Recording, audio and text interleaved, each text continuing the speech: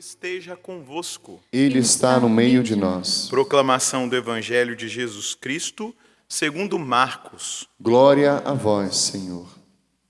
Naquele tempo vieram ter com Jesus alguns saduceus, os quais afirmam que não existe ressurreição, e lhe propuseram este caso. Mestre, Moisés deu-nos esta prescrição: se morrer o irmão de alguém e deixar a esposa sem filhos, o irmão desse homem deve casar-se com uma viúva, a fim de garantir a descendência do seu irmão. Ora, havia 7 irmãos. O mais velho casou-se e morreu sem deixar descendência. O segundo casou-se com uma viúva e morreu sem deixar descendência. E a mesma coisa aconteceu com o terceiro. E nenhum dos 7 deixou descendência. Por último, morreu também a mulher. Na ressurreição, quando eles ressuscitarem, de quem será ela mulher? Porque os 7 se casaram com ela. Jesus respondeu: acaso vós não estáis enganados por não conhecerdes as Escrituras e nem o poder de Deus? Com efeito, quando os mortos ressuscitarem, os homens e as mulheres não se casarão, pois serão como anjos do céu. Quanto ao fato da ressurreição dos mortos, não lestes no livro de Moisés, na passagem da sarça ardente, como Deus lhe falou? Eu sou o Deus de Abraão, o Deus de Isaque e o Deus de Jacó? Ora, ele não é Deus de mortos, mas de vivos. Vós estáis muito enganados. Palavra da salvação. Glória a vós, Senhor.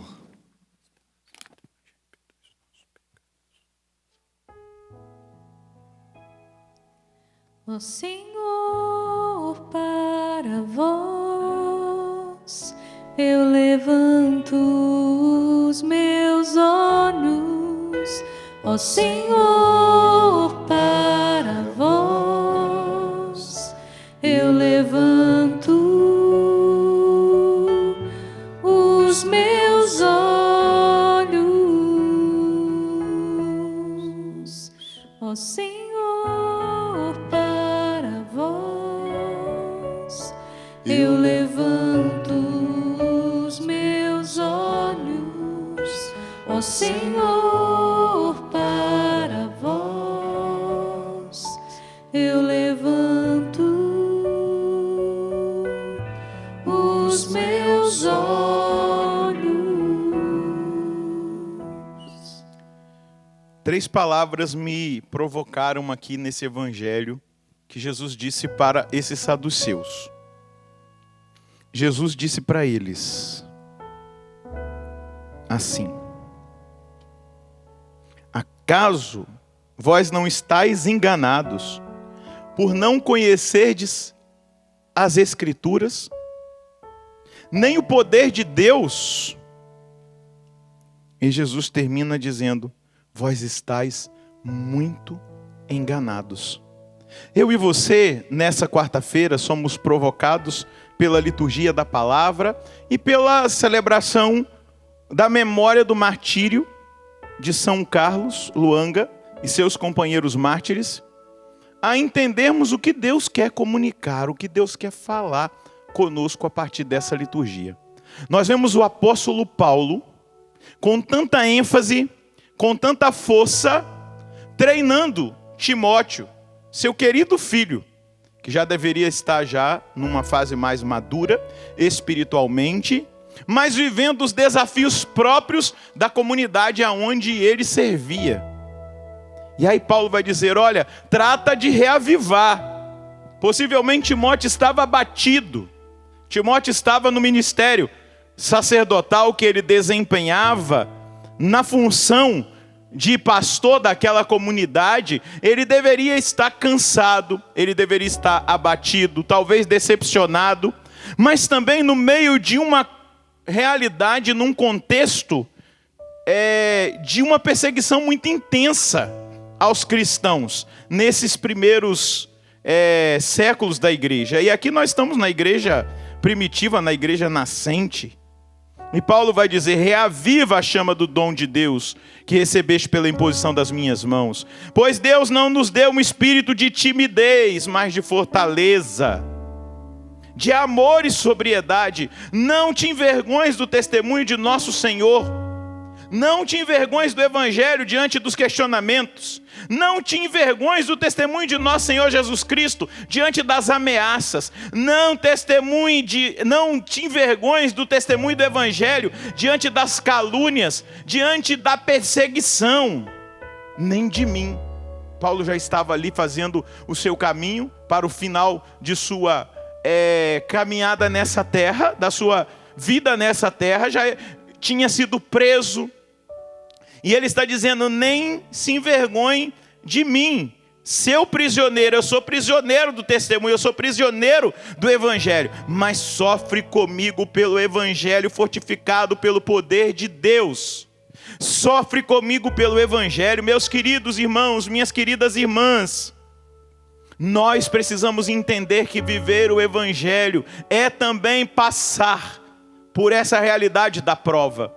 No século 21, como lá na igreja primitiva, viver o Evangelho na sua autenticidade, ser fiel ao Evangelho, ser fiel à Escritura, ser fiel ao magistério da igreja, ser fiel à tradição, é viver essa experiência da perseguição, talvez do martírio, da reputação, ou do martírio do sofrimento diário de alguma situação que nós acabamos vivendo, de perseguições, de questionamentos, de sofrimentos próprios da nossa caminhada.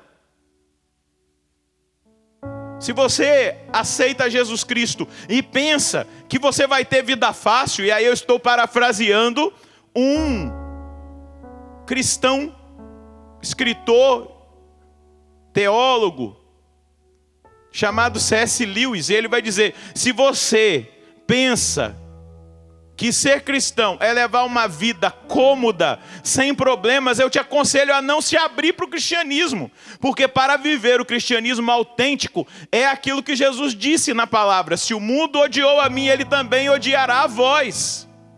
E quando nós celebramos mártires, é isso que nós entendemos.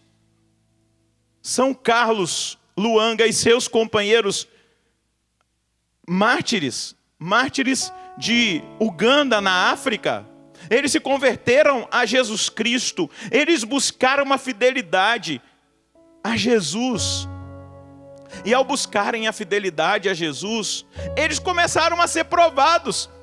Tem um texto do livro do Eclesiástico, no capítulo 2, se entrares para o serviço do Senhor, prepara a tua alma para a provação, porque serás provado como o ouro e a prata no cadinho da humilhação. Quantas vezes nós, na Renovação Carismática Católica, não pregamos nessa palavra, não ouvimos essa palavra, mas parece que no tempo atual estão ensinando o evangelho adocicado, um evangelho de prosperidade, um evangelho que resolve todos os problemas, que não traz problema e nem perseguição para a nossa vida.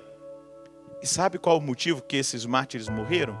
O rei iníquo de Uganda começou a perseguir os cristãos, a humilhá-los, e quando Carlos Luanga e os seus companheiros chegaram diante desse rei que tinha já determinado o martírio, esse rei disse para eles: se vocês fizerem uma orgia sexual comigo, está tudo liberado.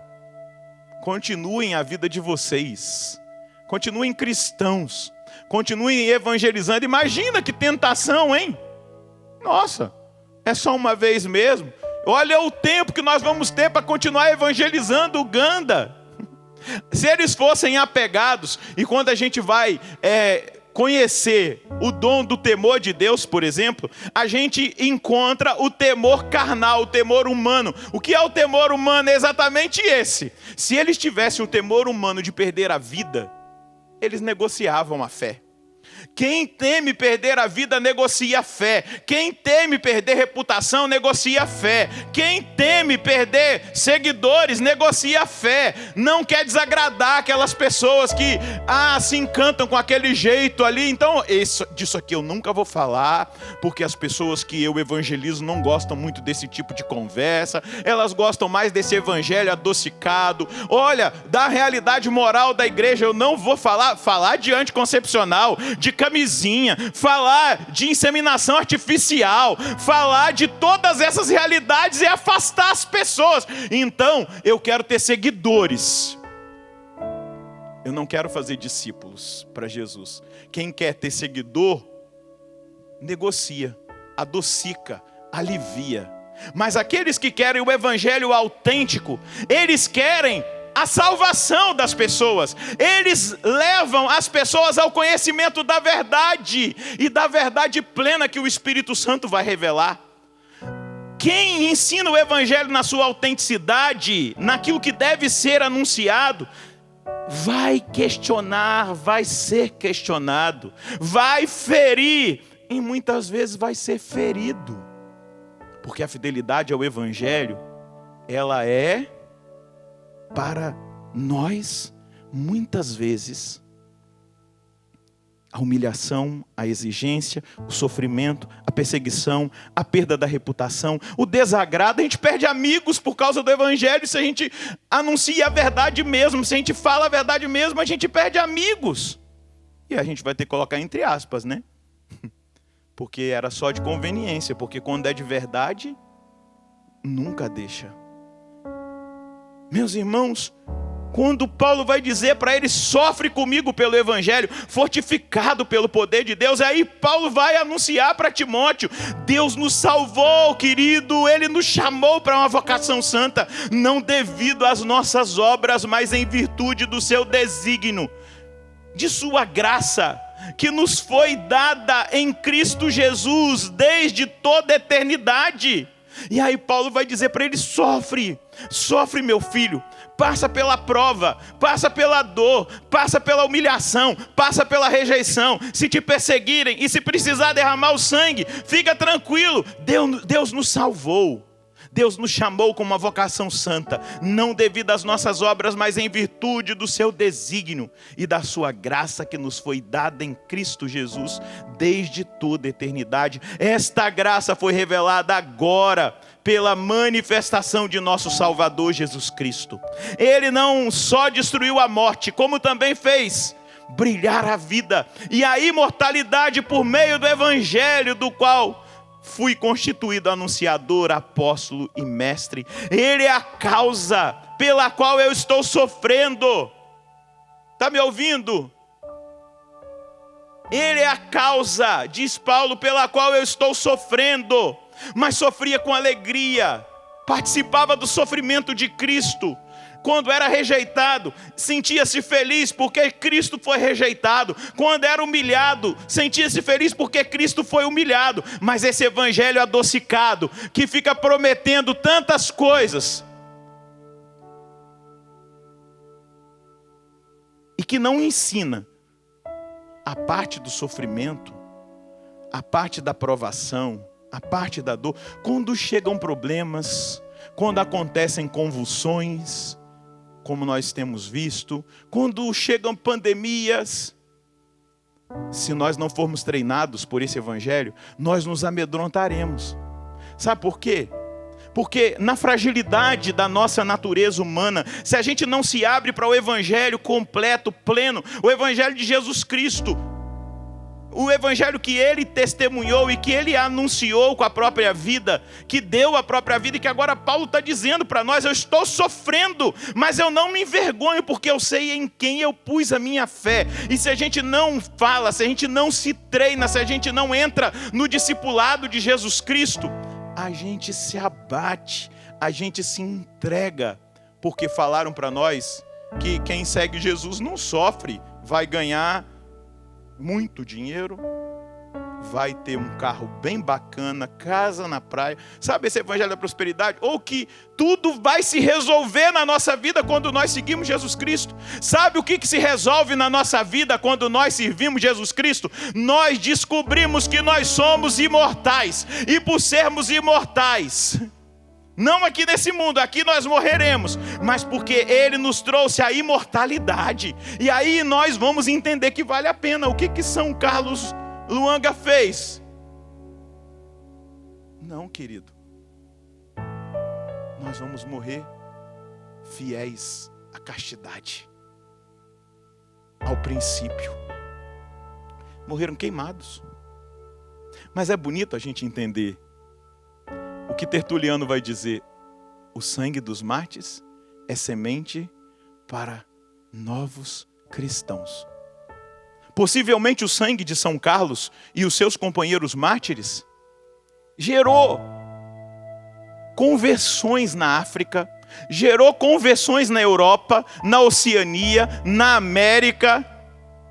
Porque o sangue dos mártires é semente de novos cristãos. Foi isso que a igreja colocou na boca do padre hoje, na oração da coleta. Ó Deus, que fizeste do sangue dos mártires semente de novos cristãos. Possivelmente alguém que agora está sendo alcançado pela palavra, ou está se convertendo nesse século 21, nesse ano de 2020. Pode ser que seja pela fidelidade de São Carlos Luanga, ou dos mártires do século 21, que estão em maior números do que o da primeira geração da igreja. Isso é dado do Vaticano. Pessoas que morrem por professarem a fé cristã são em maior número, mas nós só conseguiremos morrer, em primeiro lugar, para nós mesmos, para as nossas vontades, para as nossas ideias, para os nossos desejos, para esse temor mundano de perder essa vida, essa carcaça aqui, que os vermes hão de comer no cemitério. O medo de perder essa carcaça aqui é um medo mundano, carnal, mas quem experimenta Jesus Cristo vai experimentando essa graça da ressurreição. Sabe o que os saduceus acreditavam que era a ressurreição? A ressurreição para os saduceus era essa transferência. O irmão que morreu ressuscitou no filho que o outro deu para ele como descendência. Era essa ressurreição carnal, uma mentalidade totalmente carnal, mundana. Por isso que Jesus vai dizer: olha, vocês não conhecem nem a Escritura e nem o poder de Deus.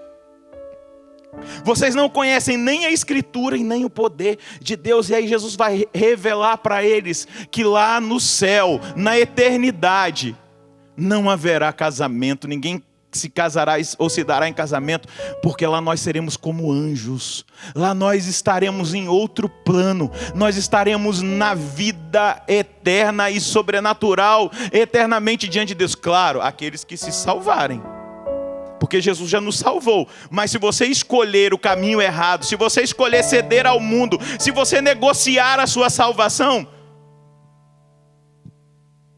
não vai colocar a culpa em Jesus. Se você escolher continuar seguindo as ideias do mundo, se você continuar aceitando a manipulação midiática, se você continuar cedendo à mentalidade da nova ordem mundial, se você continuar cedendo ao pensamento de: olha, mas está muito longe, isso a nossa geração não vai ver, tudo aquilo que são as dificuldades, as provas, você vai continuar nessa vidinha. Deus está nos dando uma oportunidade tremenda nessa pandemia de fazer as contas, para nós dizermos o que vale a pena. O que vale a pena na sua vida? O que tem valido a pena até agora? Deus está nos dando a oportunidade de colocar a nossa vida diante dos nossos olhos e dizer assim: olha, um vírusinho pode acabar com a minha carcaça. E o que eu tenho feito da minha vida, o que eu tenho feito dos relacionamentos humanos com os meus familiares, o que eu tenho feito com o meu relacionamento com Deus, as escolhas que eu tenho feito. Deus está dando oportunidades. Nós paramos, meus irmãos, a Canção Nova já tem 2 meses ou mais que não tem peregrinos. 3. Vai fazer 3. eu ando aqui por essa chácara vazia. Quem imaginaria que isso iria acontecer um dia? Porque a gente roda aqui o tempo todo evangelizando, continuamos pelos meios de comunicação, mas tudo parou. E será que você parou diante da sua vida para fazer uma revisão de vida e perguntar, será que eu estou agradando a Deus? Será que essa mágoa que eu tenho continuado com ela no meu coração daquela pessoa vale a pena?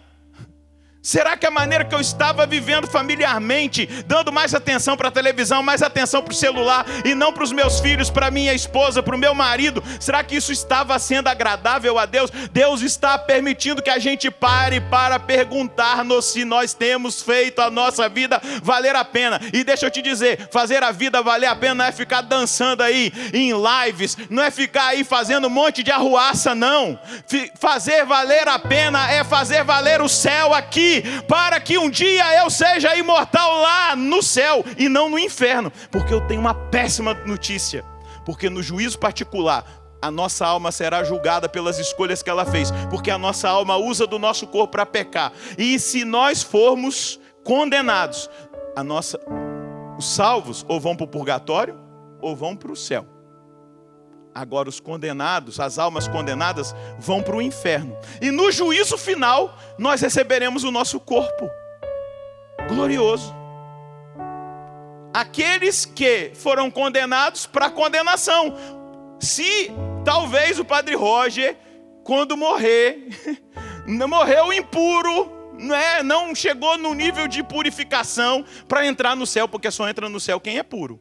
Não entra nada de impuro. Por isso que existe o purgatório. Purgatório, para purgar, para purificar a impureza, porque não entra nada impuro no céu. Vamos supor se eu fiquei lá no purgatório, morri antes de Jesus voltar, glória a Deus, estava impuro, não ofereceram missa, sufrágio pela minha alma, pelo amor de Deus, pelo menos o Ministério de Música que está aqui hoje, os irmãos que estão trabalhando, se eu morrer primeiro que vocês, ofereçam missa pela minha alma, para eu sair logo do purgatório, se eu for para o purgatório. Mas se eu morrer, ou melhor, se Jesus voltar no juízo final, eu ainda estiver no purgatório, imediatamente eu vou ressuscitar com o meu corpo glorioso já para o céu, para a vida eterna, para a felicidade eterna. Essa é a ressurreição, isso é doutrina da igreja, isso é Sagrada Escritura. E eu queria que nós que estamos aqui não ouvíssemos da boca de Jesus as palavrinhas que me impactaram.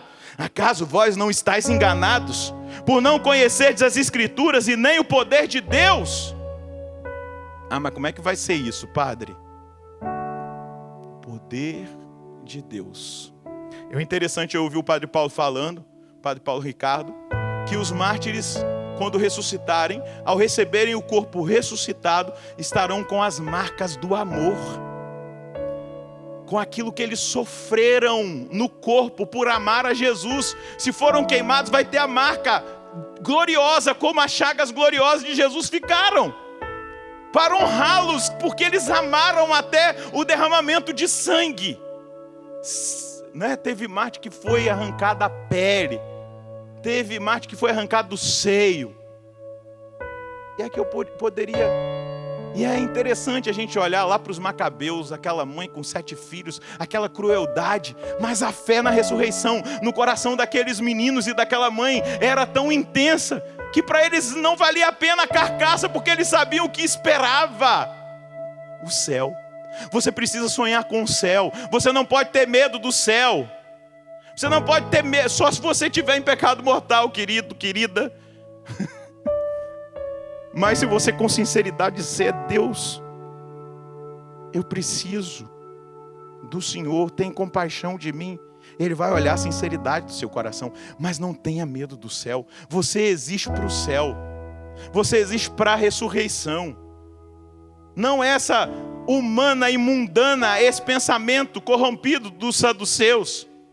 Porque eles só conheciam, por isso Jesus falou, vocês não conhecem as Escrituras, porque eles só conheciam o Pentateuco, ele só servia para eles o Pentateuco, os 5 primeiros livros. Por isso que eles vão falar, mas nosso pai Moisés, o restante, os profetas, nada para eles servia, somente os 5 livros. Vocês não conhecem as Escrituras e nem o poder de Deus, vocês estão enganados.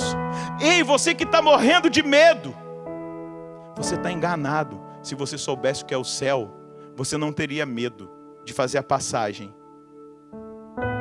Para os montes eu levanto os meus olhos. O Salmo nos recordou. Para o céu eu elevo os meus olhos. E aí vale a pena defender a vida, vale a pena defender a família, vale a pena defender a liberdade, vale a pena estar do lado certo, vale a pena buscar a verdade com todo o coração, com toda a intensidade, com toda a força, vale a pena se expor, porque mesmo que nós, aí eu vou recordar-me de Jó, mesmo que me arranque essa carne, com os meus olhos eu verei a Deus. É esse nível de fé que nós precisamos pedir para Deus. É o nível de fé dos mártires. Claro, eu não sei se nós seremos mártires. Se for, vai ser uma glória, porque o mártir passa direto, não vai para o purgatório. Por isso que muitos santos queriam ser mártires, porque queriam o céu direto. Mas talvez nós não vamos passar pelo martírio de sangue, mas nós vamos ser treinados para o martírio, passando pelo martírio da renúncia, o martírio de não fazer a nossa vontade, o martírio de rejeitar as paixões da nossa carne, o martírio de dizer para o mundo não, não e não, eu não cedo, eu não negocio nem 1 centímetro da minha fé, eu não cedo, eu não vou aceitar, eu não negocio com o mundo. A minha vida está escondida em Deus e é só Ele que eu quero. Talvez você esteja falando, pai, você acabou de ficar louco, a gente vai viver alienado aqui nessa terra. Olha, se santidade, se coerência, se fidelidade ao Evangelho, se você está dizendo que é loucura, você está acabando de dizer para mim que todos os santos canonizados foram loucos, porque foi o que eles viveram, foi o que eles buscaram. O século 21 tem essa mania de olhar para a vida dos santos e dizer, eles eram loucos, eles tinham um problema psicológico. Uma vez eu ouvi um sacerdote dizer, Padre Pio era, como é que é o nome daquela doença? Esquizofrênico. Meu Pai amado, muitos não acreditam mais na santidade, porque negociaram com o mundo. E a nossa vocação Canção Nova é essa. O chamado do nosso Pai Fundador é esse, que a santidade da minha vida apresse o Senhor. A Canção Nova é chamada para os fins dos tempos. A Canção Nova é chamada para ler os sinais dos tempos e não ficar achando que tudo é mil maravilhas, que nós estamos como Alice, no país das maravilhas. A nossa vocação é escatológica, nós existimos para os fins dos tempos. A Canção Nova existe para os fins dos tempos. Eu estou falando agora e vou aumentar o volume da minha voz. A Canção Nova existe para os fins dos tempos. E existir para os fins dos tempos significa santidade de vida, significa martelar no nosso sistema de comunicação a vivência das virtudes, dos dons do Espírito Santo, a radicalidade do Evangelho. Nós não podemos negociar a nossa vocação Canção Nova. A vocação Canção Nova é a vocação ao martírio da reputação. Se as pessoas quiserem deixar de assistir a Canção Nova pela nossa fidelidade ao Evangelho e ao nosso fundador, no que ele nos ensinou, que deixem. Mas quando nós chegarmos no céu, Jesus vai dizer, servo bom e fiel, porque fostes fiel no pouco, eu te confio mais. Nós não podemos negociar, querer falar a linguagem do mundo. E aqui linguagem que eu estou dizendo não é no sentido de melhorar a nossa transmissão, melhorar a nossa comunicação. Eu estou dizendo negociar com o mundo, com o sistema do mundo. Paulo disse para Timóteo, sofre comigo por causa do Evangelho. Não negocie, não volte atrás, reaviva a chama do carisma que está em ti, seja fiel. Timóteo, lembra-te, recorda-te da imposição das mãos. Você foi ordenado para ser mártir, para morrer. Você é consagrado para morrer. Nós estamos aqui para morrer para nós mesmos. E se nós não formos treinados nessa morte diária, quem quer vir em meu seguimento, renuncie a si mesmo, tome a sua cruz, vem e segue-me. Se nós não formos treinados no Evangelho, quem quiser salvar a sua vida vai perdê-la, mas quem perder a sua vida por causa de mim vai salvá-la, vai encontrá-la. Se nós não formos treinados por isso, poxa vida, não valeu a pena. não valeu a pena. Quando eu olho para esses mártires de Uganda, que poderiam ter negociado, aqueles 3 jovens da fornalha, poderiam ter negociado, era só eles fazerem assim, ó, diante da imagem do rei. Negociar. Vamos agradar o mundo, vamos falar o que o mundo quer, vamos fazer o que o sistema quer. Mas eles disseram, nem que nós morramos, nem que Deus não nos livre da fornalha, nós permaneceremos fiéis ao Senhor. Porque o que nós acreditamos não é nesse mundo, é no outro. Se nós estamos aqui com fé nesse mundo, poxa vida, você foi enganado. Se você está aqui com fé nessa terra, com o pé fincado aqui, só quer isso aqui, você foi enganado. Você está enganado, como Jesus diz para os saduceus. Vocês estão enganados. Porque o Pai não é Deus. Ele não é Deus de mortos. Ele é Deus de vivo. Ele não disse para Moisés, eu sou o Deus de Abraão, de Isaac e de Jacó. Vocês estão enganados. Se você acha que essa vidinha aqui é boa, você está enganado. É porque você não deixou o Espírito Santo te revelar pela Escritura e pela doutrina da igreja o que é o céu. O que é a glória definitiva. O que é contemplar Deus face a face. O que é experimentar o gozo. O que é experimentar a beleza. Aqui eu tenho contemplado a beleza dessas montanhas. Da Serra do Mar, não é? Da Mantiqueira. Gente, contemplar essa serra é contemplar a beleza. Quem é do Rio de Janeiro? Meu Deus, eu estive no Rio de Janeiro, fui lá no Cristo Redentor. Toda vez que eu já fui várias vezes, eu sempre gosto de ir lá para olhar a beleza. Porque a beleza salvará o mundo e salvará a nossa mente de tudo aquilo que são as contaminações da imagem. E eu fico ali contemplando aquela beleza e eu fico pensando, mais linda é quem te criou. O Nelsinho canta, né? Mais lindo é quem fez o céu, mais lindo é quem fez o mar. Não vou cantar essa não, só para lembrar. Mais lindo é quem... Muito mais, é meu Deus, muito mais lindão, é meu Deus. Porque o Nelsinho fez essa música porque ele foi visitar alguém numa roça e ele via uma paisagem e falava, que coisa linda! E a pessoa dizia para ele, mais linda é quem criou. Mais linda é quem fez. Imagina você diante da beleza infinita de Deus, diante da glória infinita de Deus, diante da bondade maravilhosa da luz. E você está querendo ficar aqui? Me poupe. Me ajuda. Vou falar igual o Padre Wagner, me ajuda aí. Eu acho que eu já falei demais. Mas eu quero chegar no seu coração. Faça valer a pena o que Deus está oportunizando para você viver. Faça valer a pena. Sofre comigo por causa do Evangelho. Você não recebeu um espírito de timidez, mas de fortaleza.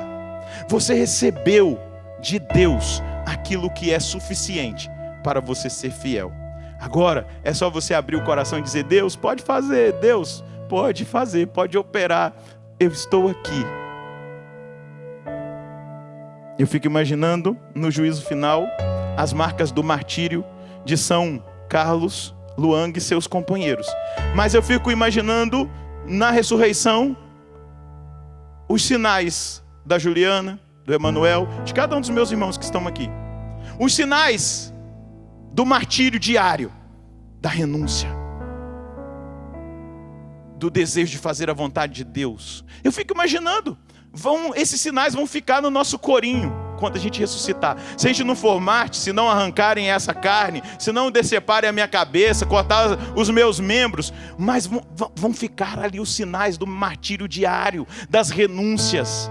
vão ficar sinais. Deus deixará os sinais do amor, porque é amar a Deus. Eu te amo, Deus, eu te amo, por isso que eu renuncio. Eu te amo, Deus, por isso que eu não vou ceder ao mundo. Eu te amo, Deus, por isso que eu não vou ceder a essa mentalidade. Eu te amo, Deus, é por isso que eu não vou assistir isso aqui, não vou escutar isso aqui. Eu te amo, Deus, é por isso que eu renuncio a essa mentalidade corrompida. Eu te amo, e ali a renúncia ela vai deixando marcas.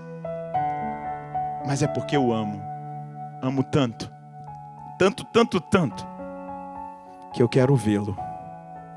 E qualquer coisa vale a pena para vê-lo. Do que vale o homem perder o mundo inteiro, ou ganhar o mundo inteiro, se perder a vida eterna. Feche os seus olhos na presença do Senhor por um instante. E traz a sua mão no seu coração. Respira fundo aí. Você foi escolhido. Você foi eleito. Eu quero repetir o que Paulo disse para Timóteo nessa oração que agora nós estamos fazendo. Deus não nos deu um espírito de timidez, mas de fortaleza. Deus nos deu um espírito de amor e de sobriedade. Não te envergonhes do testemunho de nosso Senhor, nem de mim, seu prisioneiro, mas sofre comigo pelo Evangelho, fortificado pelo poder de Deus. Ei, Deus nos salvou, Ele nos chamou com uma vocação santa. Diga aí sem oração: Deus me chamou com uma vocação santa, Ele me salvou. E diga para Ele agora: Senhor, eu aceito a salvação. Fala, eu aceito a salvação, eu aceito o chamado, a vocação santa. Não devido às nossas obras, mas em virtude do seu desígnio, da sua graça que nos foi dada em Cristo Jesus desde toda a eternidade. Essa graça foi revelada agora pela manifestação de nosso Salvador. Jesus Cristo, Ele não só destruiu a morte, como também fez brilhar a vida e a imortalidade por meio do Evangelho, do qual eu fui constituído anunciador, apóstolo e mestre. Esta é a causa pela qual eu estou sofrendo, mas eu não me envergonho, porque eu sei em quem eu pus a minha confiança, a minha fé. É em Ti, Jesus, que eu coloquei a minha confiança. É em Ti que eu coloco o meu coração, a minha vida nessa noite. É em Ti que eu coloco agora, Senhor Deus, diante dos Seus olhos, a minha decisão de assumir a vocação à santidade. É em Ti que eu agora experimento, ó Deus, do Seu Espírito, que não me faz assumir uma timidez, mas a fortaleza, o amor e a sobriedade. Eu me abro agora a essa salvação e eu te aceito, Jesus Cristo, como único Salvador da minha vida. É só do Senhor que eu preciso, é só da sua graça que eu preciso, é só da sua salvação que eu tenho necessidade. Então faz agora na minha vida, no meu coração sacerdotal, faz agora na vida de cada irmão e irmã que estão rezando nesse momento, que elevam os seus braços e dizem agora ao Senhor: eu sei em quem eu coloquei a minha confiança, eu sei em quem eu depositei a minha fé. E mesmo, Senhor, que eu tenha que passar pelo vale tenebroso da sombra da morte, eu sei que Tu estás comigo, porque eu coloquei a minha confiança em Ti. Diga bem forte aí na sua casa: Jesus, eu confio em Ti, eu confio no Evangelho, eu confio na igreja, eu confio na sã doutrina da salvação. Jesus, eu confio em tudo aquilo que o Senhor tem para mim, para fazer na minha vida. Eu confio em Ti. Aumenta a minha fé. Aumenta, Jesus. Obrigado, Senhor. Obrigado, Senhor. Nos decidamos. Ou santos ou nada mais queremos ser. Ou santos ou nada, ou santos ou nada mais. Declare isto. Ou santos ou nada mais queremos ser. Ou santos ou nada, ou santos ou nada mais. Em meu pensar,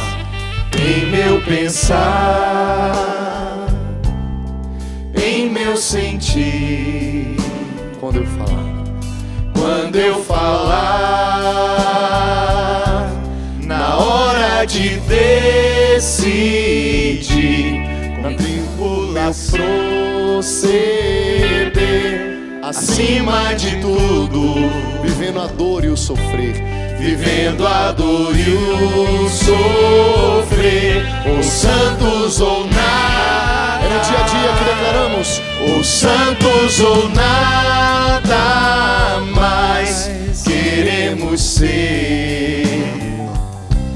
Ou santos ou nada. Ou santos ou nada